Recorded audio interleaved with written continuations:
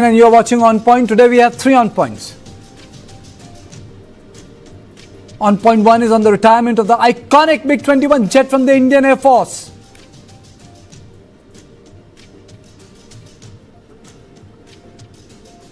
On point 2 is on the launch of the Agni Prime missile from an Indian railway locomotive and its implications.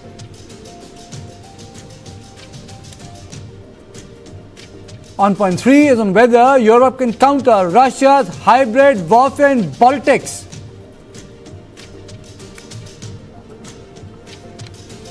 And let's take a quick look at the headlines. Prime Minister Modi to launch Bihar's Mukhyamantri Mahila Rozgar Yojana for direct transfer of rupees 10,000 each in the bank accounts of 75 lakh women across Bihar.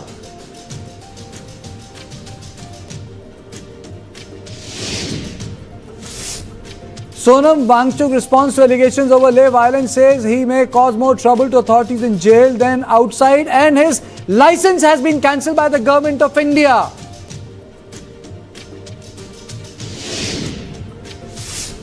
Karnataka High Court refuses to stay the ongoing socio-economic caste survey, lays down strict guidelines for its conduct.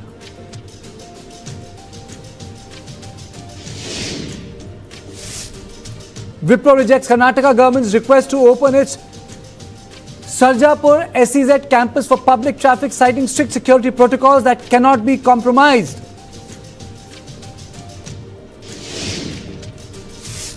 Karnataka Health Department busts interstate female feticide racket, illegal gender test, attempted abortion in Andhra exposed.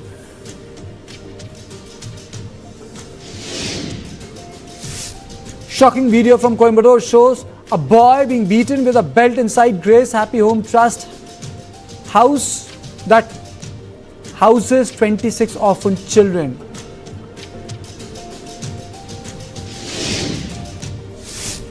Ex-NCB officer Samir Wankhede takes the OTT bans of Bollywood to court, files defamation suit in Delhi High Court against Red Chillies Entertainment Gauri Khan over allegedly defamatory portrayal of him in Netflix series.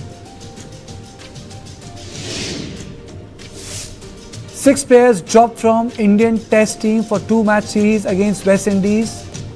Akshar Patel makes comeback.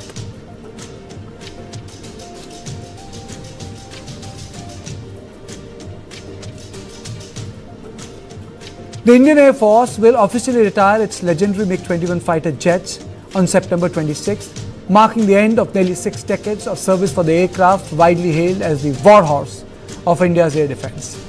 Designed by the Soviets in the 1950s, it entered Soviet service in 1959. India inducted MiG-21 in 1963, its first supersonic fighter. Over the years, India inducted more than 700 MiG-21s of different varieties, many built domestically by Hindustan Aeronautics Limited. Aircraft was the backbone of the IAF till mid-2000, playing crucial role in the 65 and 71 wars and the 2019 Balakot airstrike. As the MiG-21 squadrons are phased out, the Indian Air Force combat strength will dip to just 29 squadrons against the authorized strength of 42. However, the Tejas light combat aircraft Mk1A could step in to replace the aging fighter.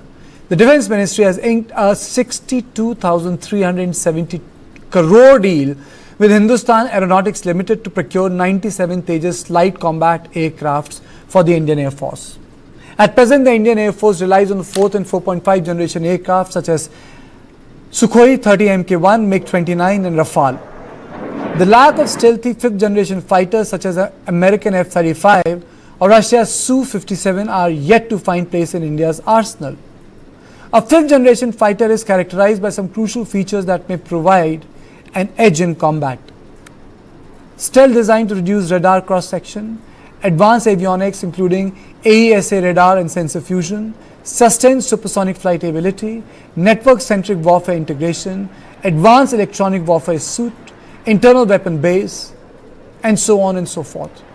Now let us look at India's fighter arsenal as compared to Pakistan and China. China's People's Liberation Air Army has more than 300 active 5th generation fighters. These include J-20 and J-35s. Pakistan Air Force currently has no operational fifth generation fighters but has approved the procurement of 40 J-35A stealth jets from China with deliveries likely in 2 years. Air Chief Marshal AP Singh has said IAF is very badly off in numbers and needs to induct at least 40 fighters every year to stay combat ready. After Operation Sindoor, an Indian Air Force internal assessment said it will need far more than authorized 42.5 fighter squadrons to tackle the threat from its adversaries. All the 83 Tejas Mk1A jets under the 2021 contract were to be delivered in the Feb 2024, Feb 2028 time frame. The Cabinet Committee on Security approved the acquisition of another 97 such jets in August 2025. However, HAL will be able to deliver the first 2 of the 83 Tejas jets in October. It is way behind the schedule. It is way behind the schedule. On this, I am joined by Air Marshal VPS Rana, Defence and Strategy Expert, Group Captain V.N. Jha, former Joint Director DRDO, and Major General S.B. Asthana, author, Director USIF for India, and former DG Infantry. Thank you all of you for joining me. Let me straight away go to Air Marshal VPS Rana. How do you sum up the journey of MiG-21 in India and its contribution in Indian Air Force, and now the challenge which stares us? Well, I think Karthikeya, you summarized it yourself pretty well. It's a full age that's coming to an end. It's almost 60 plus years, 62 years to be precise, that this majestic aircraft has served Indian Air Force. At the peak, it had almost 24 squadrons at one time. In around 86 or so.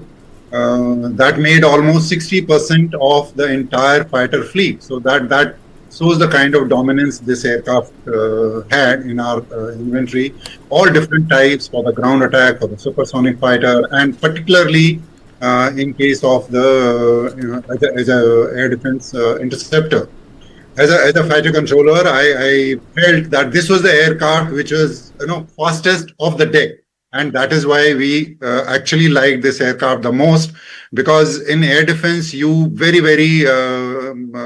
you have to act very quick. The time available to you to react is very less.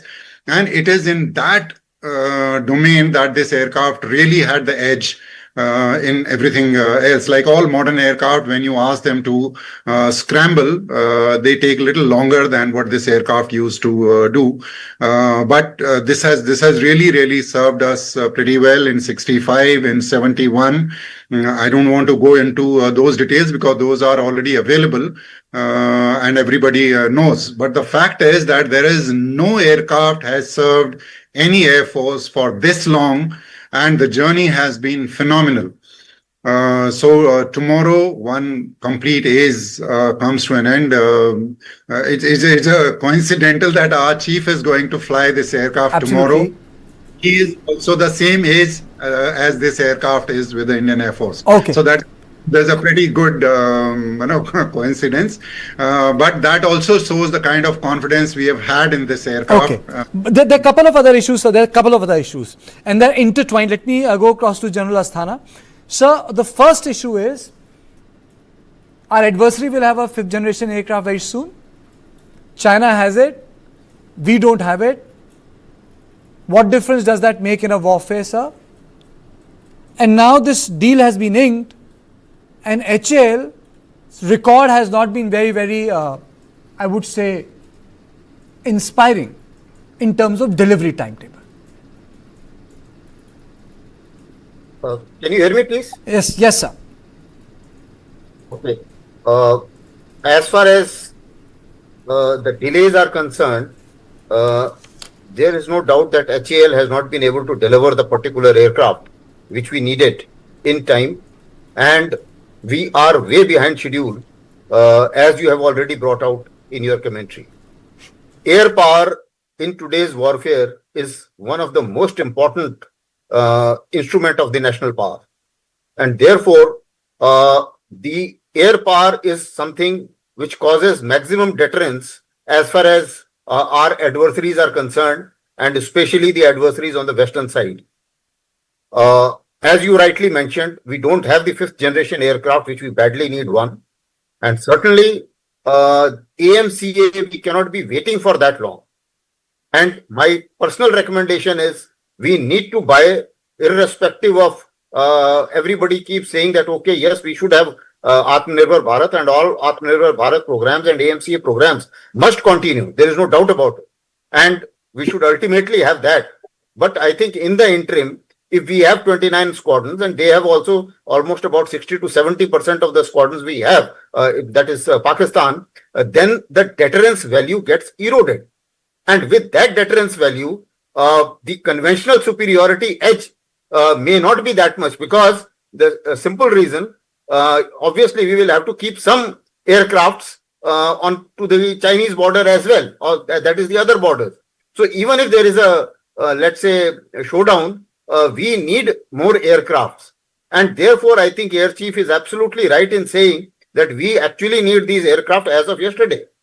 So we need fifth generation aircraft. My recommendation is we should buy, that is, I leave it to our Air Force colleagues, whether we buy Sukhoi or we buy Rafale, because Rafale is 4.5 generation and still has got some kind of disadvantage. The question which you asked is, see, the fifth generation aircraft has got the stealth capability.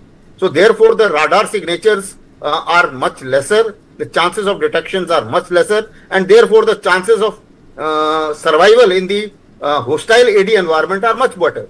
Secondly is the range issue, that if you have the better generation aircraft which has longer range, obviously you have an advantage when there is a air-to-air combat. So these are 2-3 things, and there are other technologies as well which are relevant.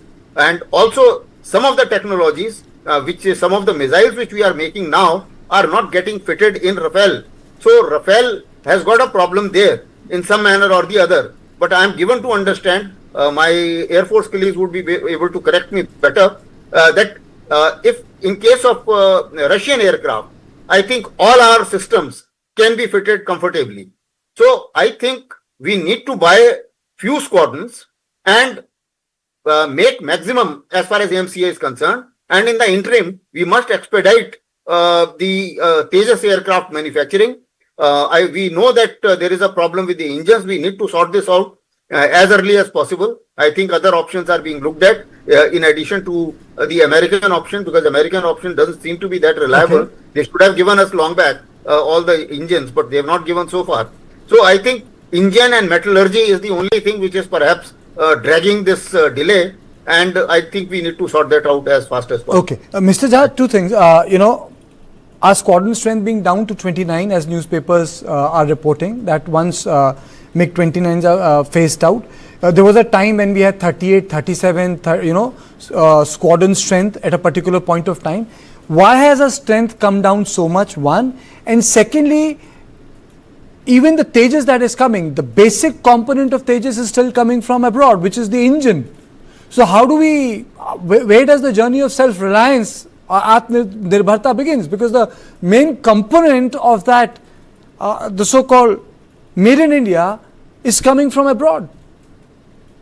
Very well, Karthikeyan, you have asked the basic questions that all of us, we are trying to seek the answer. When Tejas program had started, after it had gone through the first flight, we were optimistic that our DRDO GTRE, Gas Turbine Engine Research Center, they should be up with the Kaveri 1 engine, and entire thing had gone reasonably well till the time that we found that the desired 90 kilonewtons minimum of the thrust is not coming. And that became some sort of bottleneck for the entire program. It is very unfortunate. And subsequently also, after this particular government came, they said that, okay, we will remove the hurdle. You just suggest what is to be done, and we will try to do the best to remove that hurdle, to make it come up to that requirement. And that has not happened. So fair enough, I'm not, in the technology, you can only shrug that we have not been able to achieve this. Whether it is Kaveri 1 or maybe Kaveri 2 also is somewhere, I believe it is happening. When it comes up, we don't know. If it comes up online, in no time, all these engine requirements could be met. But we can only be optimistic, and we can't be very sure. And Air Force cannot be left on this unshored sort of promises. HL can't help it, because if the engine is not coming to HL can't help it. Though HL has got many other nagging problems also going through, but those can be managed, except the engine. Today, leave the engine. Our indigenous. Mr. Jha, why aren't we going for Su-57? That is there a specific reason? Is there a why? Karthikeyan, Su-57 is not war proven. It is not combat proven. It is a concept. It is more of a new development. It may serve. It may be able to serve the war front. It may be able to give you all those capability, performance requirement that you're looking for, but it is not yet war proven. It has not operated in any war anywhere, including the war in Russia-Ukraine conflict. So going for something which is unknown, I don't know. The strategists in the Indian Air Force, they will have to give a thought process. Secondly, look, fifth generation aircraft is surely, as you have mentioned, it is invisible to the radar. But these are more of a function when you are going to attack the enemy in their own. India is on the defense. We don't want anyone's territory. It is a defensive plan that we have got. Still, we have to counter those fifth generation aircraft in our vicinity, whether it is the Western Front or the Northern Front. That capability should be there to combat that particular threat. Now, having our own aircraft, going for the urgent procurement, look, these aircrafts are not off-the-shelf procurement. Even if you try to go for this aircraft, either Su-57 or even F-35, if government doesn't go through the proper sequence, the opposition will tear it apart. And if you go through the proper procedure, remember of Rafale, when we had started the program in procurement in 2007, and in 2012, we shortlisted it. So look at how much of the time is required. And once you give the shortlisting, once you enter the MOU, once you go through the negotiation of the price and place order, then there's a gestation period of about 5 years. Look, nothing is going to come tomorrow here on this thing. So you have to give a thought onto this. So the think tank in the government as well as in the Air Force will have to decide whether we should really panic and go for the Su-57 or F-35, or concentrate on our vision absolutely on the aims and put all our resources on their hand. Mr. Rana, there was a lot of controversy on this issue. Do you think that Tejas is the right induct? Yeah, Tejas is very, very promising, but more important than that, it is because for our viewers, can Tejas make up for, say, sir, MiG-25, MiG-21? I know there are different variants, but just for our viewers to understand, can it make up for what exists in the market? So that our viewers know. I really don't want to get my question lost in the nitty-gritty. Broadly, does it make up for what is there in the market? Absolutely. Tejas Mark 1, which is as of now, certainly is not to the best of the thing which is available in the market. But positively with Mk1A and Mark 2, we are positively up the scale right there. And Mark 2 is the one which is actually supposed to be replacing your Mirage 2000, Jaguars, and likewise. And Mk1A is the one which is really with the VVR capability and all, is slightly a notch ahead of what MiG-21 as of now is. But more important, coming back to your earlier question of the engine and Su-57, I think why we are not going is there are strategic issues involved in this, because there is 135. America is wanting to push that up. We are depending on America for even for F414 for Tejas Mark II and 404. Of course, there has been a very, very slow delivery. So I think there are some tactics that are at play, and possibly that is one reason why Su-57 we are not really taking up, because Russia has asked you, they have proposed that we can do the joint production of Su-57. Going for the fifth generation, that would have been the natural way of going, because that would have also helped us in Okay. But I'm sure there are strategic plays that stage. So probably that we may not see. But the challenge remains for the fifth generation fighter, like Chief also So said. isn't the bigger challenge, people, I think this should be more part of a public consciousness. 42 is what our Air Force should have. 29 is what they will have from tomorrow evening. Yeah, absolutely. I mean, one is the squadron strength. There are two separate issues. One is the capability of the aircraft, and secondly is the number of the aircraft. So positively on both counts, we are much lesser. But then that has to be made good. I mean, this is what it is right now. We are short of squadrons, we are short of capabilities, but we have to make that good through our tactics, through our training, and we've been doing that. Unfortunately, we should have. But sir, but this brings me to the question. You wanted to come in, Mr. Jha. This brings me to the question. This is not something which would have missed the eyes of the governments, previous government, this government, the ones before that. That Air Force requires something like a booster shot. Karthikeyan, I just wanted to supplement on your previous question that you asked. Is LCA compatible or comparable to the MiG-21s? It is far more compatible than MiG-21. You can call this LCA as a 4.5 generation aircraft. The avionics are the futuristic.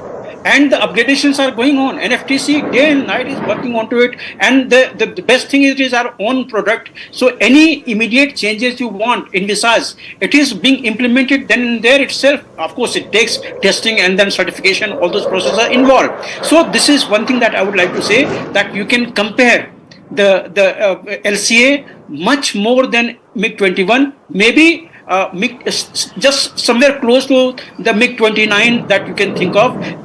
Minus the range it has got. So that is what LCA Mk1A can give you. Now coming back to your question, look, we are much shorter. Engine problem has to be there of something of indigenous. The way GE is treating us with the 404 engine, you can't rely on that. Suppose if they don't give, now with a long bit of pain, they have given us 2 engine. What is this? Can't the government take at the government level and sue GE for this? The agreement was, money was paid almost about 3 years, 3.5 years, 4 years back. So we have to be strict. Of course, we are on the receiving end because we can't do anything else. Now, government should look all those resources available at hand, or even if you beg it from the other sources to make this GE our own Kaveri Mark 1 or Mark 2 engine here, or if it has to be Safran plus HL, then please go for it and hasten it. Put all resources at hand into it. I think what really needs to happen, General Asthana, I'll just take a closing comment, so 30 seconds. I'm really run short of time. To me, as a journalist, it seems that it's the lack of decision making or prolonged decision making which is creating problem for our armed forces in terms of delivery. Isn't that so?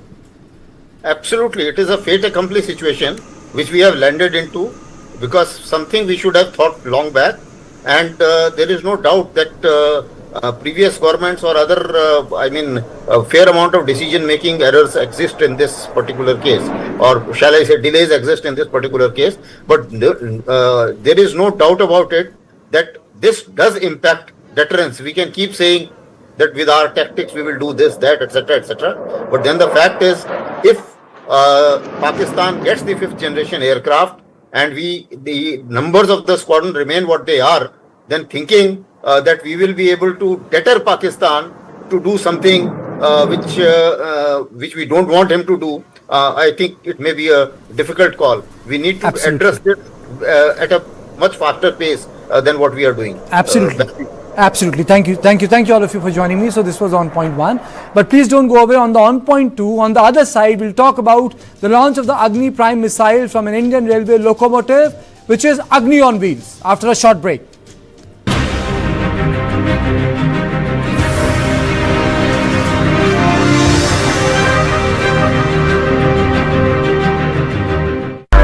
You can take a left, you can take a right. Enemies also all a little time. If you really feel it, say it on price. It's the vibe, it's the vibe, it's the vibe now.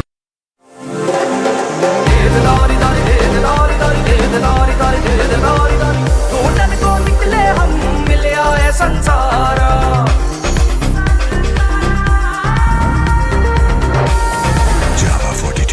the answer. ये best है sir. हमेशा वाला क्यों नहीं? मिश्रा जी, आपके लिए फूलों की बरसात, बिरला ओपस एश्योरेंस देने के लिए। मतलब प्रोडक्ट वारंटी। ये एक्स्ट्रा है। 1 साल में पेंट को कुछ भी हुआ तो पेंटिंग वापस करके देंगे। वापस करके देंगे? वो भी फ्री। पेंटिंग में पहली बार बिरला ओपस एश्योरेंस। रजिस्टर करो birlaopus.com पर।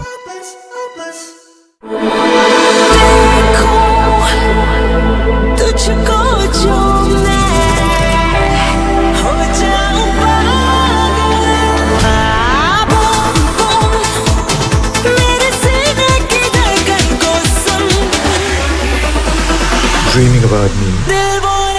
Love is to get lost in the look. Unlimited Love. B6 Pack 2 starts at 21.9 lakh. Mahindra Electric Origin SUVs. Mumbai, brace yourself. The goat or Bakra satire is back. Cyrus Brocha. From politics to pop